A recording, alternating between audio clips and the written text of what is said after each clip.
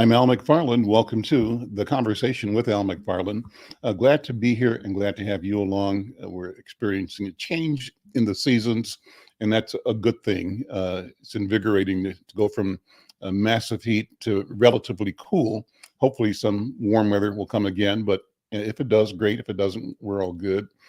Today, Friday, we present the Healing Circle, and I'm pleased to have my colleagues, our leader in the project, Dr. Bravada Garrett Akinsanya, who's the principal at Brakens Psychological Consulting, Inc., and also the CEO of African American Child Wellness Institute, and Dr. Oliver Wilson, Dr. Oliver Williams, noted professor and psychologist, I believe I'm saying that the right way, and also nurse practitioner, Shirlynn LaChapelle.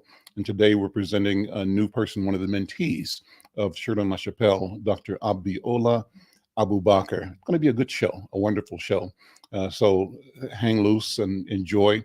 Let somebody know you're listening to the conversation. In fact, we want you to always be a part of growing and expanding our audience, our engagement. And the way you can do that is by going to any of the platforms that you're on and liking and sharing with your friends and contacts the fact that the conversation, the Healing Circle, is going on right now. But we want to sort of keep track of our audience through the YouTube Insight News platform. So if you go there, sign up, subscribe, be a subscriber. Our goal is to get to 1,000 subscribers, and we need you and everybody you know to subscribe in order to make that happen. Well, with that, we have a special protocol, a special way to get ourselves situated and centered for the Healing Circle. And for that, I'm going to invite in Dr. Bravada, Dr. B, to get us going. Dr. B, how you doing? I'm very well. Thank you so much, Baba Al. Today, as we talk about maternal mental health, especially the mental health of Black women, it makes me think about where we came from. And just to get the audience on board to understanding what we do, on Fridays, we have the Healing Circle. And although we're not physically in a circle and we're doing this virtually, we do want to see everyone seeing yourself and imagining yourself in a circle with all of us. And we do a circle because in a circle, there's no beginning and no end. And everyone has equal access to the center, which is a space of power, the space where we share our voices, our dreams, our hopes, our fears. And in this circle, we honor our elders, and we honor them because we stand on their shoulders. And the elders that we stand on are those who have poured into us spirit, hopes, dreams, and wisdom. And we honor them because they're closest to our ancestors. And we honor our ancestors because they're closest to our Creator. So today, in this honoring sacred space, we join each other in thinking about how to fight that battle to save our lives, to fight the battle to save the lives of our babies, our sisters, our brothers, our family, and our communities. And in the circle, we use in African peoples across the diaspora. We are orderly people, and we use the virtual talking stick, or you can give it freely to who you think it needs to have it at that moment. And as we do that, that's a way of sharing. And we want people in the audience to also ask for the talking stick, to ask and bring comments in that we will read to each other as we engage in this dialogue. So with this said, I will pass the talking stick to Baba Al McFarlane. Thank you, Dr. B. Let me just go around and ask our colleagues just to weigh in on your thoughts of the day. I'll start with Dr. Oliver Williams. Dr. Williams, my friend, always good to see you. And top of mind, what's present that leads us to our topic today about maternal health? You know, I think support is the word that comes to mind. Is how can we support each other? And that, for me, not only does that speak to how we can support mothers, but also in women, but how we can support each other in our community. I've been listening to the reports. I don't know that you all have been listening to the news the last week or so, but it's become abundantly clear the things that we may have been suspicious about as a community are right in the forefront. When we had questions about how one party was behaving and trying to relate to itself and to the nation, our challenge, our beliefs about challenges have come to fruition and are very, very clear. So the question is, how do we continue to support each other and move forward? They're still fighting a civil war, and one of the things that I think we've got to do is figure out how we survive given the challenges to ourselves as people. And so, I know that people who are younger may not remember some of the wisdoms of our even grandparents. I'm 70 now, so our grandparents and their grandparents, and the beliefs that they had, but also ways that they survived.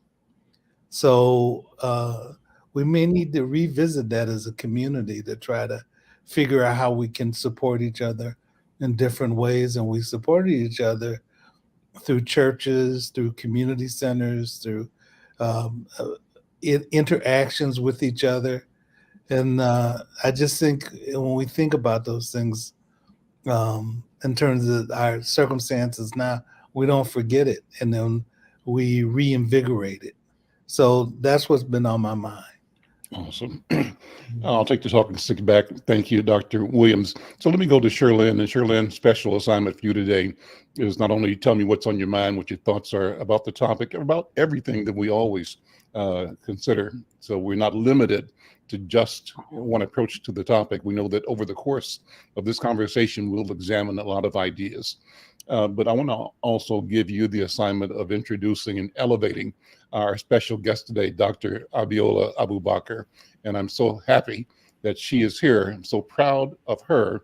But saying that makes me proud of you because you've been one of the instruments of her development, and talk about that as well. So you can introduce and also see what's on your mind, first of all. Well, I am so proud of Abiola. I got to watch myself. I call her Abby, and she doesn't want that. But I am the only one that can do that. So I take pride in that, besides her parents. But anyway, she is a brilliant young lady. I have known her since she started nursing school. I was the president of the Minnesota Black Nurses Association and gave her a scholarship. She joined as a student. She was there with me all the way through. Everything that I did, she was with me. And she went to the national convention with me. And she got another scholarship because she's worthy. And this young lady has had a fellowship in, was it Uganda and Tanzania? Correct me. But I mean, she speaks fluent Spanish. I could go on and on about her, but she is truly brilliant and has a heart of gold for the community. And I was kind of taken aback when she said she wanted to be a doula. And she and her sister started a business, a doula business, and that is absolutely her passion. And as everything, when she's passionate about something, you can bet it's going to be the best for the patients, the families, and those involved. So enough about me.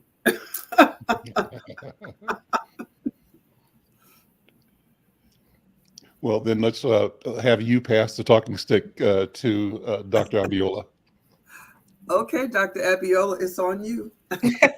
Thank you so much for those very kind words, Shirlynn. I appreciate you so much. I could take the whole hour talking about how much I appreciate Shirlynn and the mentorship that she has provided and offered to me throughout my career thus far.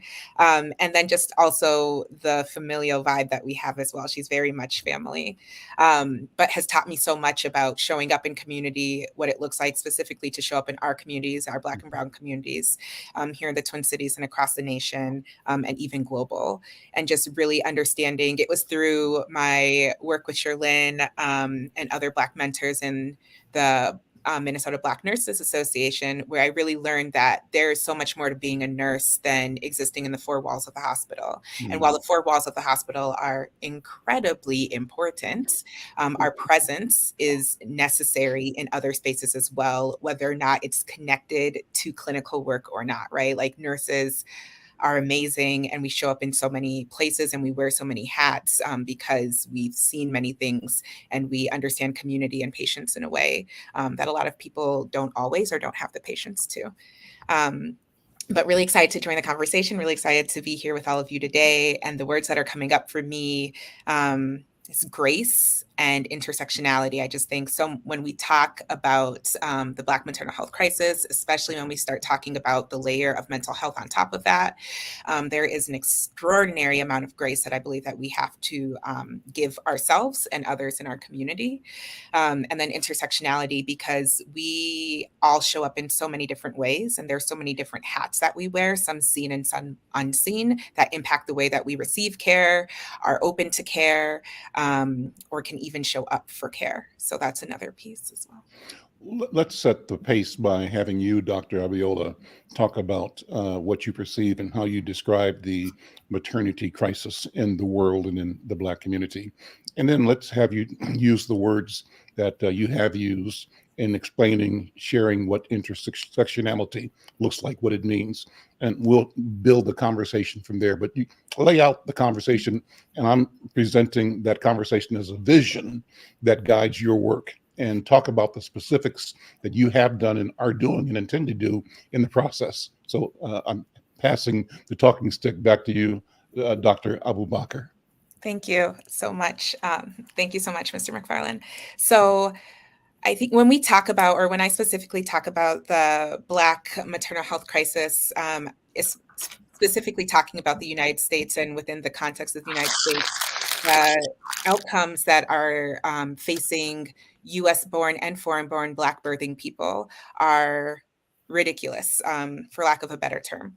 We see every year, we see Black and brown birthing people have lesser quality outcomes than their white birthing counterparts, right? We see prenatal care that is not up to par. We see outcomes in labor and deliveries that are not up to par. We see access to mental health services that are not up to par for our Black and brown birthing people. We just see an overall lack of resources, an overall lack of commitment, and an overall lack of support specifically for Black and brown birthing people here in the US.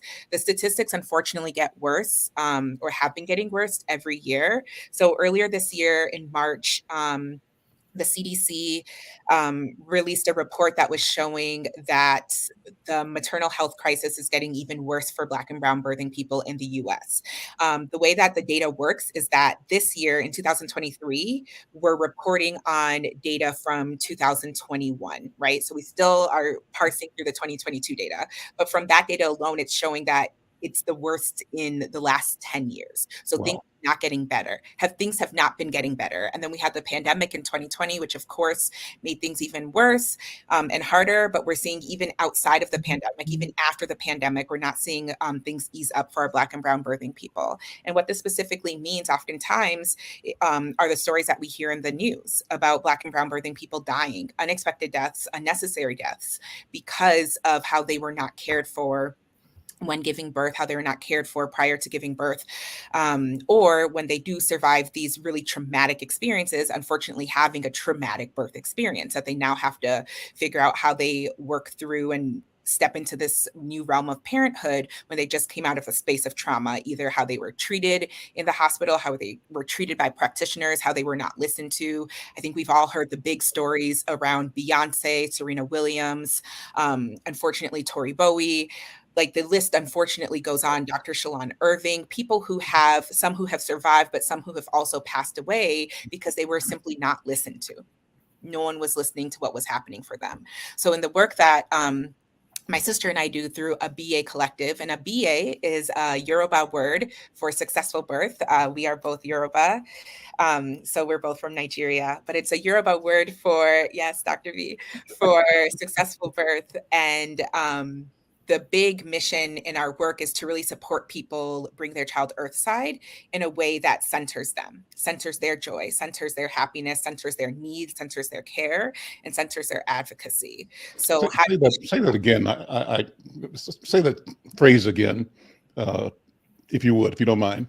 Yeah, about centering. Yeah. Yep, centering their needs, centering their care, centering their joy, centering their I happiness. thought I heard you say something about Earthside. Yes. Tell me about Yes. that. Okay. Yep. That's new for me.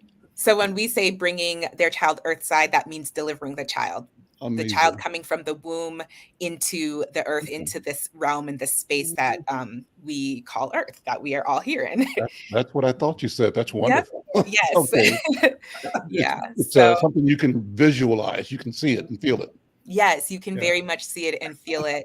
There's a soul connection there. There's very much a soul connection. I mean, you can already tell. I could go on forever about this, but a soul connection in a child coming from the womb, going through the birth canal and coming out into the world, right? And bringing that child earthside, and how much preparation is needed to do that, and how much love and support is needed to do that. And before I pass on the talking stick, I just want to tap on that piece of intersectionality that I brought up before, and you asked me to speak on a little bit more. And when in our work at ABÍYÉ Collective, when we talk about intersectionality, we are very much talking about the fact that not everybody who gives birth in this world identifies as a woman, right? Not everybody who gives birth in this world identifies in all the ways that I might identify. They may not identify as Black. They may not identify as a woman. They may not identify as someone with the level of education I have, someone who speaks English, someone who has an social support, economic mobility, all of these different things. So when we talk about intersectionality, we're saying, right, when we do this work, we have to be open and willing to welcome in all of the people at all the intersections that they come through, right? Dr. Kimberly Crenshaw talks about intersectionality being this reality of, yes, as womb holders, that's what we often refer to our birthing people as womb holders, we all share this fact that we hold a womb, right? But one womb holder could be Black, and their realities in the healthcare system are going to be very different than a womb holder who is white, right? So we have to be very aware of these intersections that we meet at, and the ones that we don't always meet at, because they impact the care that people have. I can't just say, oh, me and Shirlynn, we're going to have the same experience because we both identify as Black women. That's not the reality, because we have other aspects of our identity that will come into play as we move in the healthcare system, and even more specifically in the maternal health world. Talk about your sister and how the two of you decided to become and to create ABÍYÉ. Yeah, so my sister's name is Ade Salami, and she is the best. My sister has a policy background. Well, she's like a Jumi of all trades, is what I like to say. Jumi is a very Nigerian name, so we don't say Jill of all trades, we say Jumi of all trades. And she has a policy background, but has always had this very deep connection to birth and birth work. We like to say that my sister was the doula at my birth, because my dad was at work when my mom was giving birth to me, and it was my sister at the age of 3 sitting in the room with my mom watching me come into this world. And my parents always talk about how my sister was stroking my mom's arm the whole time saying, "It'll be okay, mommy, it'll be okay, mommy." And my mom always talks about how she really believes that in that moment, her grandmother and my dad's mother and her mother were working through my sister, right? Wow. And we always talk about like the ways that she showed up in that space. So my sister is the OG doula in our family. But yeah, so I have historically worked in the nursing space and have done a lot of work with Shirlynn, who ended up getting me connected and interested into public health nursing. And I ended up going down the maternal health route and worked for one of the local counties doing maternal child health work for a long time, and supported the work of the Birth Equity Community Council and a Doula Dads program that took off in Ramsey County as well. And it was through all this work that I was like, I really want to get into the birthing world. Like, I really want to, I realized that there's ways to do it by being a nurse, but that's not calling me in the way that doula work is. I feel like I can move in different realms as a doula, and that was important to me. My sister also was interested in becoming a doula. So, in the midst of the 2020 pandemic, like many people, we said, hey, let's try this out. We became certified doulas prenatal and postpartum. So we provide support for birthing people before they give birth, during their birth, and then also into the postpartum period. And we decided to do that together. And I was just gonna use it to enhance my nursing skills. And my sister's like, no, right? Like we're in this moment where Mr. Floyd was just killed a block away from us. We're talking about the sanctity of Black lives. What does that mean for the complete spectrum, right? We're talking about the sanctity of Black lives as Black people are being killed. Let's also talk about the sanctity of Black lives as Black people are being brought into this world. And what does that mean for us to create a business where like we see people from all walks of life and all racial creeds, but a big part of our business is being a cornerstone for Black and brown birthing people, because we know that from the moment we enter this world, oftentimes the statistics are against us. So how do we at least make this huge statistic about how you come into this world and your ability to survive past your first year? How do we make that our business? How do we make that our mission and our goal? Amazing. Who wants talking stick? Who wants to jump in? Oh, I want it. Let me have it right quick, because I'm really excited about Dr. Abiola's work and her passion around Black women and birthing babies. And I love the phrase "Earth side." I did love that too, and that stood out for me. As a psychologist, one of the things that I'd like to kind of ask you, Dr. Abiola, is, do you see women who come in who struggle with mental health issues like depression, anxiety, some even schizophrenia or other types of mental health challenges?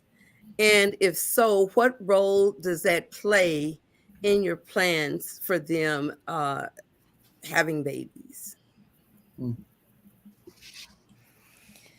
Thank you so much for that great question, Dr. B. Yes, we do see clients who have different, who are on different parts of the mental health spectrum here that come in and work with us. A big thing that me and my sister Ade do when we have a new client is we always make sure that our clients are connected to mental health resources and supports. Birthing in itself can be very triggering. Literally, pregnancy can be triggering for people, right? As you know, because it can bring up a lot of emotion. It calls on us to connect to people, maybe ways that we haven't before, haven't had to before. Like it can bring a lot up. And we tell people just being pregnant and then the act of birthing, in that alone, you deserve mental support and like mental health support. Yep. When we have clients who we are concerned about, so through my nursing background and my DNP background, I use the PHQ-9, which is like the patient health questionnaire for mental health, just to see where patients are sitting. We do, in the postpartum period, we do a lot of different mental health checkups and follow-ups, and then we share that information with our patients' providers or their therapists. But when we have a patient who we are concerned about, we definitely refer them, and that's a big part of what we do. I was just talking to Shirlynn last week about a former client that I was concerned about, and she was coaching me and supporting me through that as well. So yeah, mental health is a big part of it. And I think that's also why I love having Shirlynn in my network and having her as my mentor, because there's like birth work and mental health work are connected like this. Like you cannot separate the two, but unfortunately in the way that we practice in the US, the two are too often separated. So I work really closely with people like Shirlynn to make sure that if I have a client who is having postpartum blues or even into postpartum depression or even into psychosis, I have people in our community that I can connect them to. I'm aware of the resources through Shirlynn and others. I know which clinics are taking clients, or we know which communities have resources to get free counseling or whatever that looks like. But that is a big piece. And we would love to see a larger connection between our mental health practitioners and our doulas. So then people feel that they can refer. The referrals don't only have to come from the hospital or from the doctor's office. They should also and can come from doulas. So that brings me back to the second part. I'm glad you said that. The second part of my question is also along that realm, but I'm going to take it one more step and talk about women who may present, who have experienced maybe drug and alcohol addictions. They may be on a path to sobriety or maybe not. because I've seen clients that came to me after they lost their babies, even from smoking marijuana, that the babies were tested in the hospital and they didn't get to go home with their mother. They ended up being in foster care. And the mother who had addiction issues, her addiction program would take 3-6 months and maybe even longer. And the time limit through CPS was that she would have seen her baby maybe go up for adoption if she didn't get out of the treatment sooner. So have you seen any of that showing up in your work in terms of drug and alcohol addiction issues? So in my work with ABIYÉ, we have not seen that, but in my work, formerly working with the county in the maternal health space, working as a public health nurse, definitely would see that, unfortunately, often. And just really being able to, one, understand what resources were available for people, but two, just realize the way that the system is set up for people to fail, right? Yes. I think, Dr. B, you spoke to something so poignant, which is people slipping into coping methods that are not healthy, especially after the loss of a child, because who is showing up for you? What does that look like? What does support look like? And that's not planning that anybody's really doing, right? Like in our birth preferences work that we do with clients, we talk about, God forbid, if the worst were to happen, right? Like let's set up some standards and protocols here so you're not trying to figure out on the fly. But like you said, like a lot of people aren't thinking about the worst case scenario. A lot of people don't know what they would do in the worst case scenario. And a lot of people find themselves using not the greatest coping mechanisms in those scenarios, which can then lead into drug abuse, can lead into things like having their child taken away. And then from an equity standpoint, we also have seen the ways in which Black birthing people and brown birthing people are drug tested in unethical ways, right? That their white counterparts are not being tested when they do enter the hospital, and who is getting the call from CPS and who is being reported to CPS. And what does that process look like? Who is it humane for? And who is it just terrible for? Absolutely. So Dr. Williams, question, yeah, thought? Well, I was going to ask two questions, Dr. A.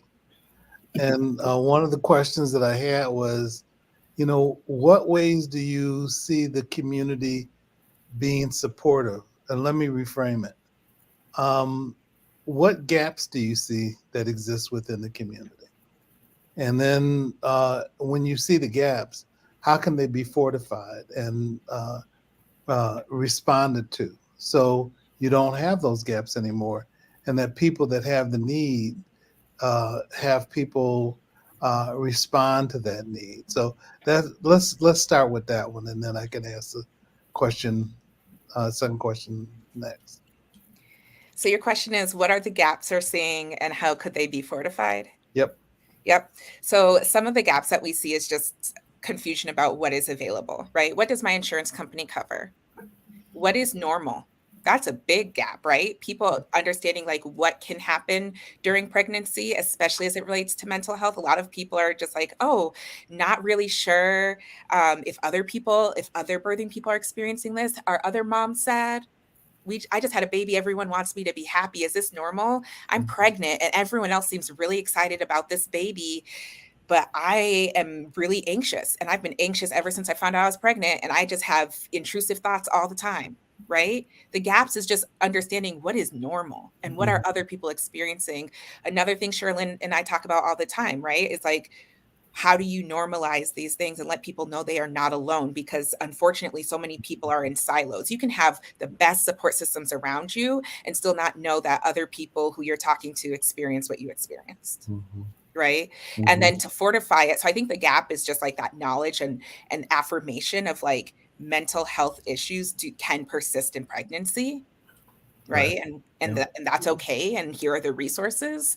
And then how to fortify it is just around raising that awareness. And I actually want to pass the talking stick to Shirlynn because so many times when we were in community and I was working with her when we were doing clipper clinics and when we were doing mobile units, we would come across pregnant people who were dealing with a lot of this stuff. So I want to pass it to Shirlynn because I know she has some good stuff. Can you answer this question first? What's a clipper clinic?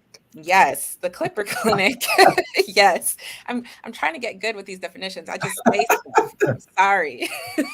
The Clipper Clinic is a really great program that Shirlyn and I used to be a part of. It was through the University of Minnesota's Program for Health Disparities Research, started by Dr. Okuyemi, and it was a mobile clinic where we would go to barbershops and beauty salons. And it later turned into a barbershop and beauty salon clinic that was really supported by Clarence Jones as well. Mhm. Yeah, we would go to barbershops and beauty salons and we'd stay there all day, taking people's blood pressures, talking to them about their health, talking to pregnant people about their well-being. That's where Shirlyn taught me to not be so awkward and talk to people. But that's what a Clipper Clinic is. Okay. Okay. And as you can see now, she can talk to people, and I'm so proud of her. This young lady is brilliant. I could listen to Abiola all day with the pride of a mother. And in our community, the things that we have to do as a community of people who deal in healthcare or deal in maternity health and behavioral health is to understand the main thing is to get our community to realize they need this help and to destigmatize this help that they need.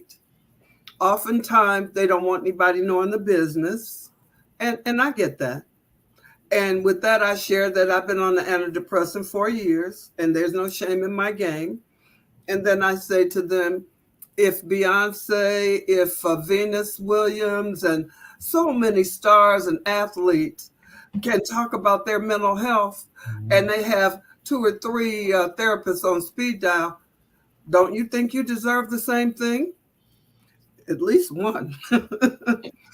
So after that, they start to get it. Excuse me. They start to understand that just like having diabetes or high blood pressure, we have mental health issues. It's a balancing of hormones and chemicals in the body. We're nothing but a chemistry set. And if your blood pressure is high, we got chemicals for that to lower it. If it's too low, we got something called pressors to raise it. If you got diabetes, we got stuff to work in the place of insulin or to boost insulin. So all we need to know and understand is you just need to be balanced. That's all. There's nothing wrong with you. That's not wrong with everybody else in a different phase. But please accept the care you need so you can live your best life. Now, in our Mawua Moms program, which Abiola is going to be with me, as she always is on most things. I take her everywhere I go. But anyway, I am so excited. We are actively recruiting pregnant women to come into our program.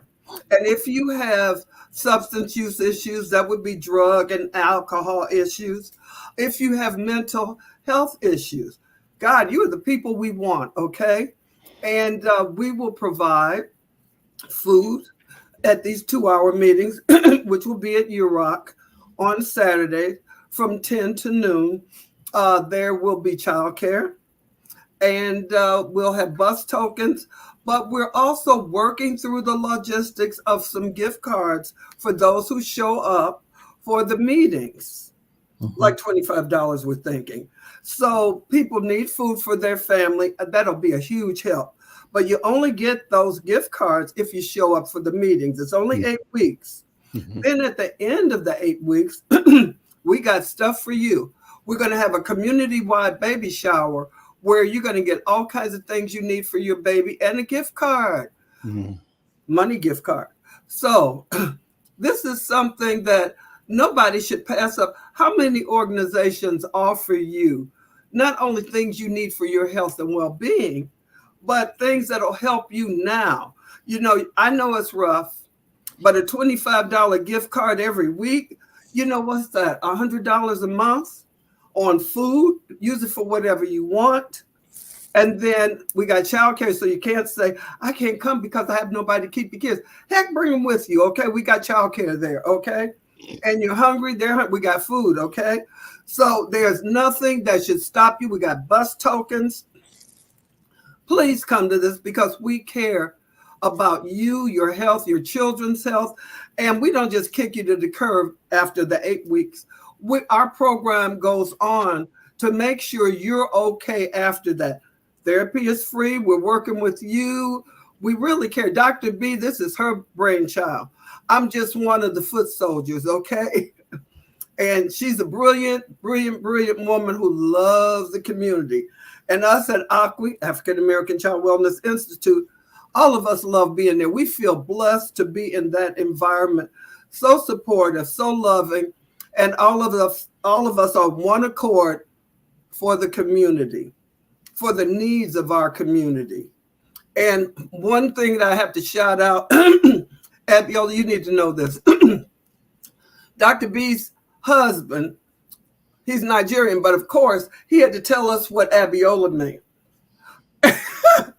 I told him, don't try to steal you from me. Back up, brother. Hey, Shirlyn and Dr. A, can you tell us how people can get access to this meeting and to the program that you're talking about, particularly the access to the resources that you have regarding the gift cards and the Marua Moms program. In fact, start with what the definition of Marua is, so people know what the concept is, the concept embodied in the name, the mission. It means respect. Mothers deserve respect. And we will also be working with fathers. That's where Dr. Oliver Williams comes in, Marua dads. But we're excited. We are so excited about this. Dr. Abiola has it on her website. She's got the, what do you call it, the flyer. What's the website? We're putting it up. It's coming on our LinkedIn, but the website is ABYA And I have flyers at Sabathani and other places, UROC and various places. And these meetings will take place at UROC. So ladies, please, please, please, please, don't miss out on this opportunity to be taken care of by people who care. We will check your blood pressure. And if we have to check your blood sugar, we can do that. Remember, I'm a nurse too, as well as a psychiatric MP. So we're going to care for you. And you can look on Inside News. They will have our flyer with contact information, and you'll be contacting me or African American Child Wellness Institute. There'll be contact information there for both of us. Yeah. And I'll pass this back to Brother Al. No, let me grab it before it goes to him. Go ahead. Okay. Because what I wanted to say about this program of Marua Moms is that it kind of like Nurse Shirlynn has hit it on. We know that motherhood does not occur in a vacuum. And when we focus on women, we know there are many people who are rooting for her. And maybe those people rooting may be the dad, the grandpa. It could be anyone in their experience. And we want to create a space where each woman who comes to have a baby, no matter what trimester they're in, it's appropriate for them to come. We've had women actually come to a session on Saturday, and by Tuesday, she had the baby. So we were even beginning to develop an electronic baby book among us.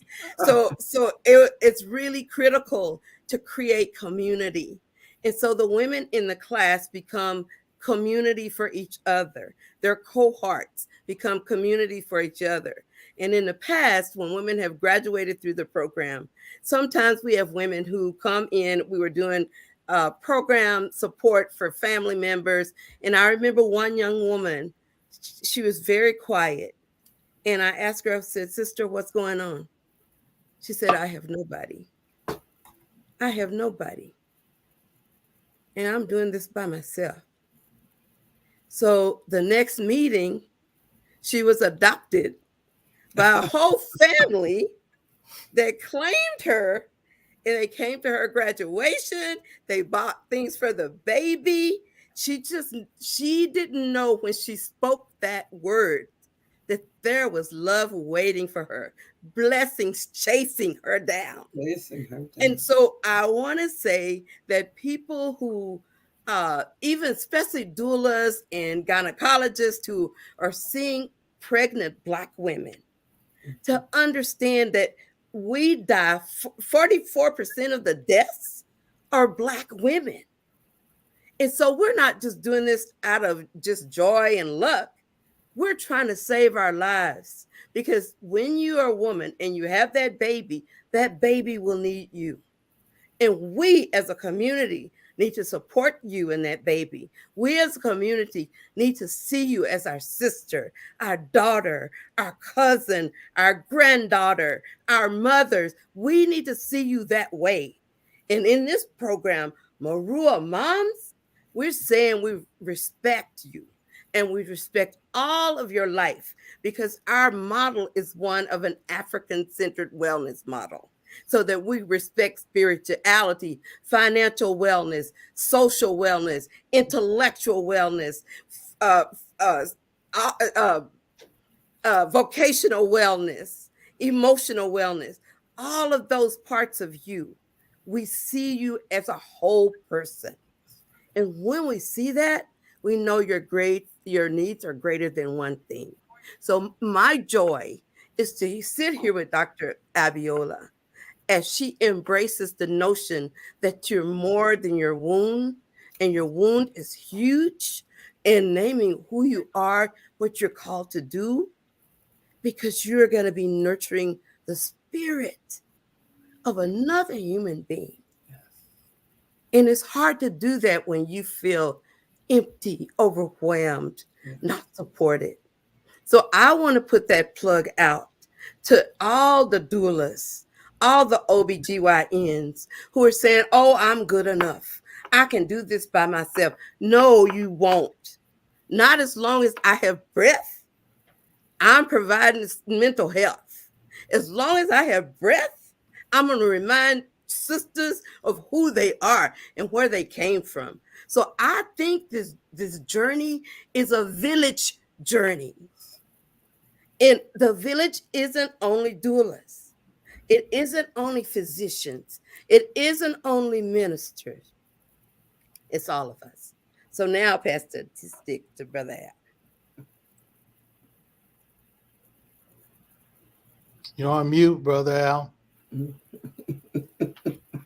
Thank you, Dr. B. I want to, this is so inspiring. It's a wonderful conversation. I want to take it somewhere deep in a minute, but I want to thank 10 Talks, that's her handle, who's been watching the program, and we've put her comments up, but she says,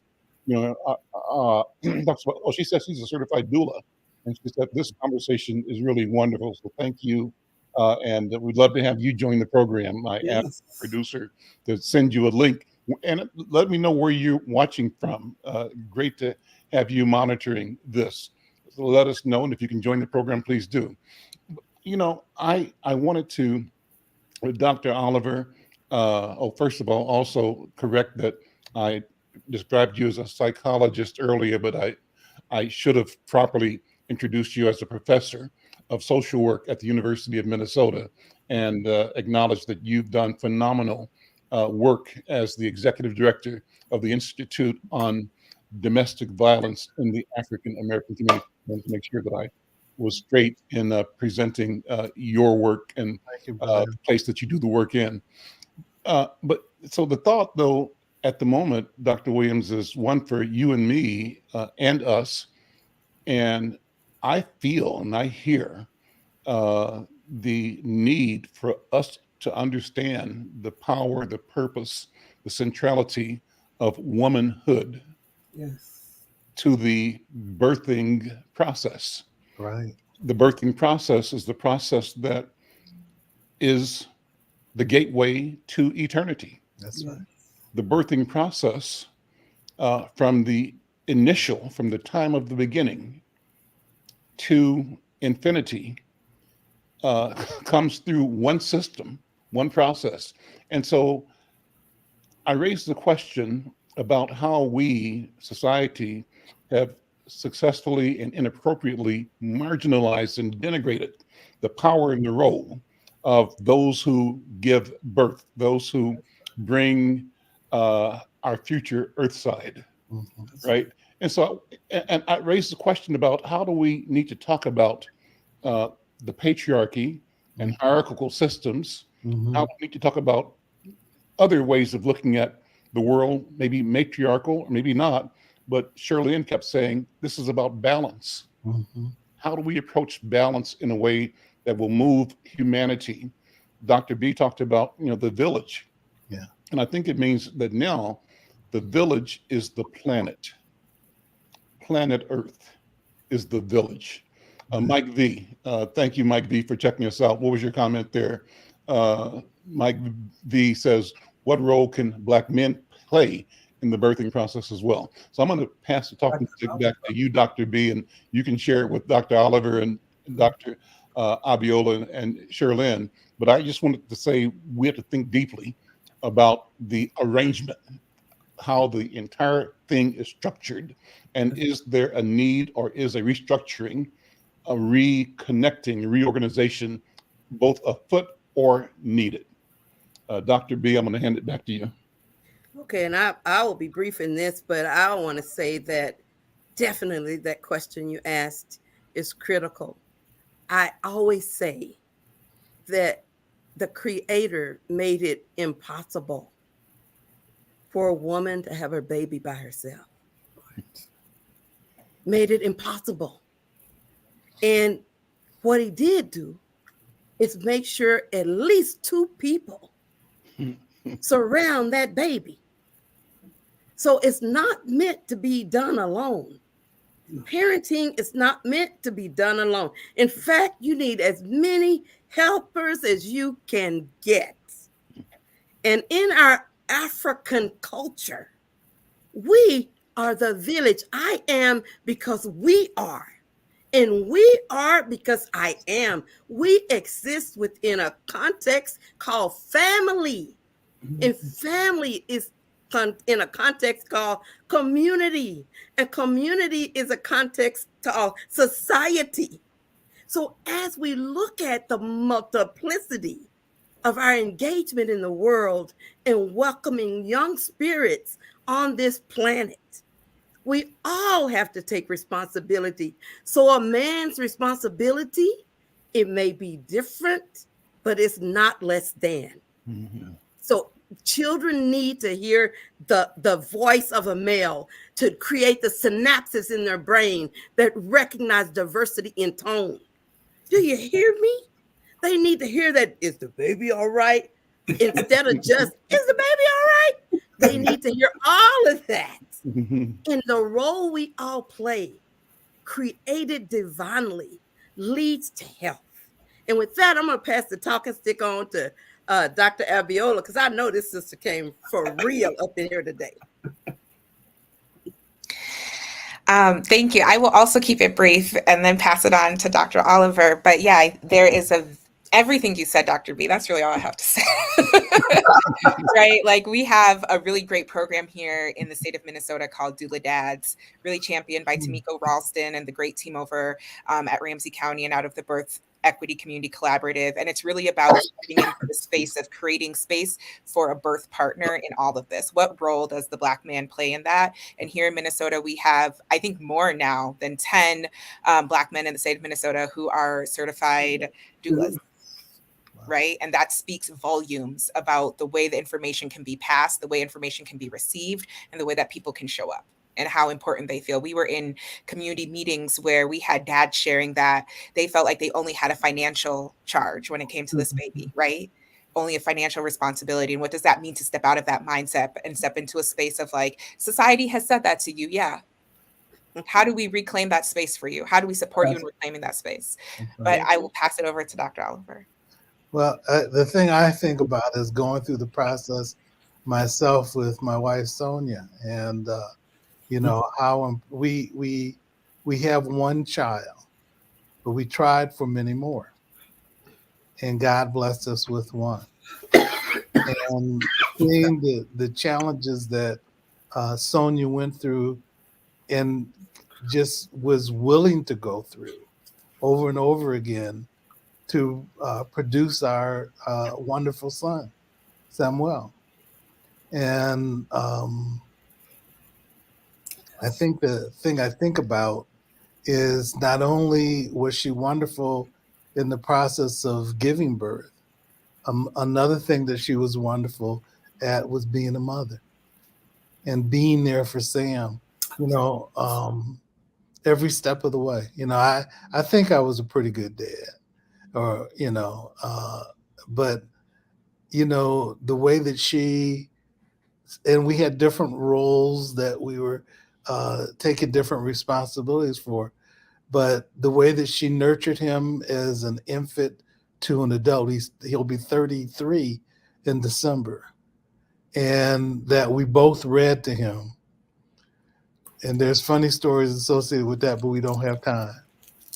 But how we read to him every night, and that even when I was away, I would have time to read to him, and that we would talk to each other and, FaceTime with each other, and Sonia being there present, and then reducing her role in other ways that she could have been involved in major ways with different organizations, but her child was the priority. So she made a choice to give that up to focus on her child. And I love her for that. And that's something that the journey has been something that's been important for me, and to have me love her in a different way, because I saw it. And I was the first one to see Sam when she was giving birth. I'm just telling you, I was the first one to see him. She was going through the other process of giving birth and dealing with the pain. She made one comment. She says, "This hurts. Can't we come back tomorrow?" I said, "No, you got to do it." Let me break Dr. Oliver, because we're going to try to do one more round of comments before we close. But okay, let me have this sponsored message go out first, and then we'll come back and wrap it up.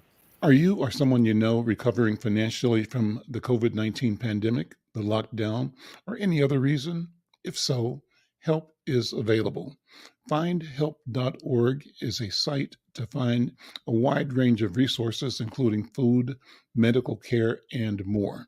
The best part is based on your zip code. Visit findhelp.org, enter your zip code and the service you need. You'll get a map directing you to the organizations that can help you. Help is waiting at findhelp.org. If you need help starting anew, findhelp.org is the site for you. There you go. Well, listen, we got a few minutes. I want to have each person come through and a 1 minute summation, or even 45 seconds. Start with you, Sister Shirlynn. Okay. Well, one thing I want to say that I didn't say earlier, Abiola's thesis project was forming MWAT for Ramsey County, which I'm a part of. Thank you, Abby. That's Mental Health and Wellness Action Team. And she always understood that mental health was important to whole person health, that you don't take your head and put it on a stoop and then we just take your body over here and we're going to take care of that. You have to take care of the whole individual, or there is no health. So I am really proud of that effort, and I've been on it for quite a few years. And all I got to say is thank you, Abiola, for all your brainchild, all you do, have done, and good God, all you will do. And thank you, Dr. B, for Mawua Moms. And one last thing, Dr. Oliver will be working with the men. You forgot to answer that, Dr. Oliver, when they were mentioning. Did you mention that other projects you do with fathers? Because that's important. And so often we get involved in our conversation and forget to talk about the things that are directly related to the program. So, Al, can I pass the talking stick right back to Dr. Oliver for a second? Right, for a minute, Dr. Oliver, please. Okay, well, I have worked with different organizations associated with fatherhood. Joe Jones with the Center for Urban Families in Baltimore, Maryland.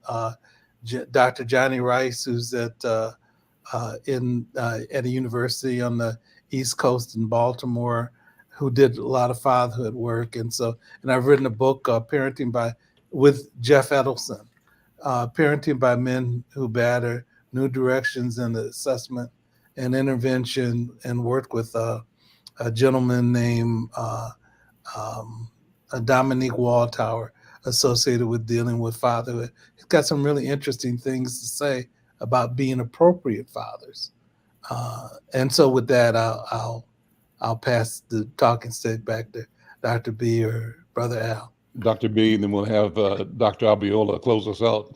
Okay, sounds wonderful. What I'd like to say is just people, please join our group by referring people to Marua Moms. The number is 763-522-0100, or going on the web to www.aacwi.org and letting us know that you are ready to join the Marua Moms. We're looking for referrals, and we definitely want to make sure that everybody gets an opportunity to be well. And with that, I pass it to Dr. Abiola, having the last word. Thank you, Dr. Bravata. I just want to thank you all for allowing me to join in today. This has been great. I've loved talking to every single one of you. And now the word that's coming up for me is collaboration, which is one of my favorite words. But love being in collaborative spaces. The reality is, in my role as a doula, I don't know everything and I'm not capable of doing everything, similar to what Dr. Bravata was saying, right? It can't just be one of us. And this space has been such a collaborative space because I get to lean on leaders and content experts like Dr. Bravata, like Shirlynn, like Dr. Oliver, who mental health is their space, right? I can step out of the way and I'm like, yeah, help. This is right. We're passing along, we're collaborating. And I think that's what's so important is oftentimes we can, as healers, as birth workers, as just people doing work in support of other people, we can often feel like I have to know everything. I have to be able to do everything. And that's not true because we have a very expansive network and collaboration is key. So that's just this is bringing that up for me and reminding me of like, this is why we do the work we do in community and in collaboration. Thank you.